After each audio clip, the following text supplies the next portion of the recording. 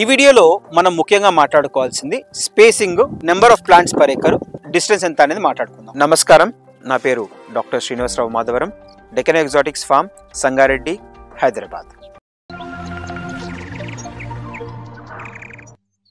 So జనరల్గా avocado raised bed patch system పైన మనము అడ్వైస్ చేస్తున్నాము. సో దీంతో పాటుగా మనకి ఒక ఎకరం తీసుకున్నప్పుడు స్పేసింగ్ 3 మీటర్లు బై 5 మీటర్లు, అంటే 10 ఫీట్లు బై 15 ఫీట్లు, అది హై డెన్సిటీ ప్లాంటేషన్ అండి, హై డెన్సిటీ ప్లాంటేషన్. లేదా 10 ఫీట్లు బై 20 ఫీట్లు, అది నార్మల్ ప్లాంటేషన్. సో ఇప్పుడు మొక్కకి తీసుకుంటే బెడ్ పైన అది 10 ఫీట్లు అనేది మనకు చూడొచ్చు. అండ్ రోకి తీసుకున్నప్పుడు 15 ఫీట్లు లేదా 10 ఫీట్లు బై 20 ఫీట్లు, ఇలా తీసుకుంటే దాదాపు ఎకరానికి 200 నుంచి 220 మొక్కలు వస్తాయి.